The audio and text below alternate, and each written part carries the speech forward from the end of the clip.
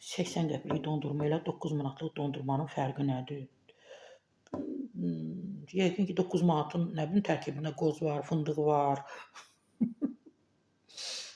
Nələr var. 80 qəpiklikdəki mənim sevdiyim uşaq vaxtı ki necə yemişəm, kağız stəkanlarda, məhəlləmizdən də belə küçəmizdən də qışqıra-qışqıra. Ən çox da bazar 6-cı günləri olurdu da, belə arabanın təkərləri var idi, tık tık tık tık tık səsi gəlir. Hamı uzaqdan gəlir, hamı bilir ki dondurma gəlir.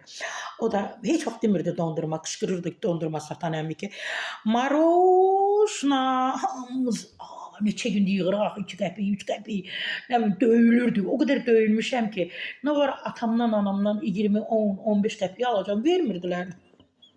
Hamımız elə olmuş, amma çox dadlı olurdu da. Məsələn, məhz həmin dondurmada plambir deyilirdi içərisində.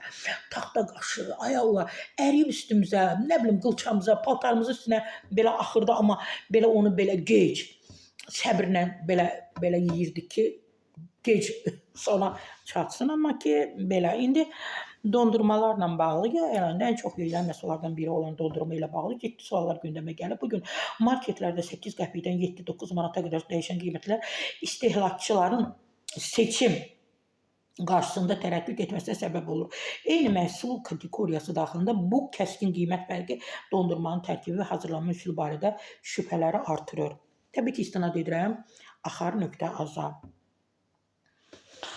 Danışıb, Yeni Sabaha danışıb, ekspert Fərid Səfərov deyib ki, keyfiyyətli müəyyən edən əsas göstəricilərinin qiymət deyil, məhsulun tərkibi olduğunu bildirilib. Gördünüz, mən dedim də, dondurmanın keyfiyyətini qiymətləndirərkən ilk növbədə qiymətə deyil, məhsulun tərkibinə diqqət yetirmək lazımdır. Keyfiyyətli dondurmalarda əsasən süd, qaymaq, kərə yağı və təbii dadlandırıcılar istifadə olunur keyfiyyətli dondurmalarda.